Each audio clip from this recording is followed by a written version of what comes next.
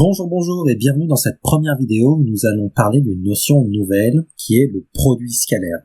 Avant de voir un peu ce que l'on attend de toi sur ce produit scalaire, commençons par nous poser la question « Pourquoi nous voyons ça ? À quoi sert le produit scalaire ?» Voici deux vecteurs, AB et AC. Qu'est-ce que tu sais faire avec les vecteurs jusque-là ? Eh bien, tu sais les additionner entre eux, les soustraire entre eux, multiplier un nombre réel par un vecteur, mais tu n'as jamais vu comment multiplier deux vecteurs entre eux. On voit ça un peu plus tard. Pourquoi ? Parce qu'il se passe quelque chose d'un peu différent. Quand je multiplie deux vecteurs entre eux, je n'obtiens pas un vecteur, mais j'obtiens un nombre réel, un nombre sans unité. C'est ce qu'on appelle un scalaire en maths. Et c'est pour ça que le nom que l'on donne à cette opération, c'est le produit scalaire. En anglais, on appelle ça le dot product. Et pourquoi ? Parce que tu vois que cette multiplication, elle n'est pas notée de manière traditionnelle avec une croix, comme d'habitude, on la note toujours avec un point. Bon, essayons de voir un peu ce que ça donne, le produit scalaire entre le vecteur AB et AC. Si je fais grandir mon vecteur AB, eh bien, mon produit scalaire semble croître lui aussi. De même avec le vecteur AC.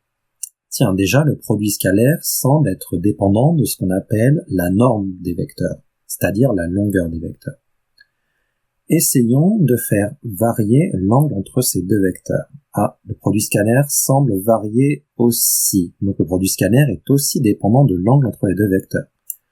Tiens, chose intéressante, lorsque j'ai un angle droit entre deux vecteurs, il semble que le produit scalaire soit nul.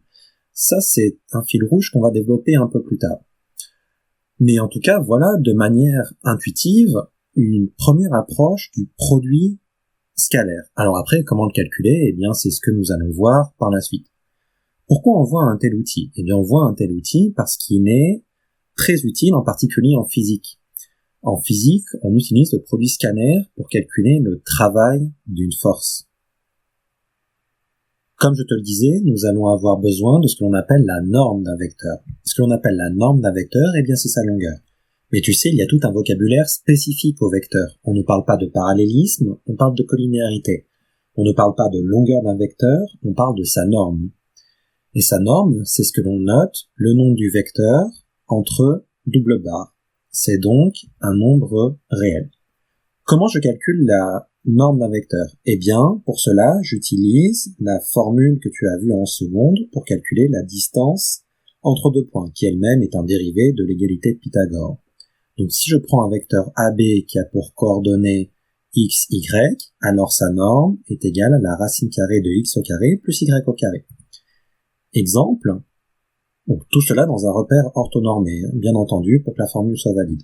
Exemple, si je prends un vecteur u qui a pour coordonnées 3, 4, alors la norme du vecteur u est égale à la racine carrée de 3 au carré plus 4 au carré, c'est-à-dire 5.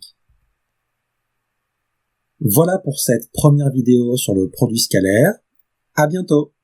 Si tu as aimé cette vidéo, n'hésite pas à liker, à commenter et à me suivre. Merci, à bientôt.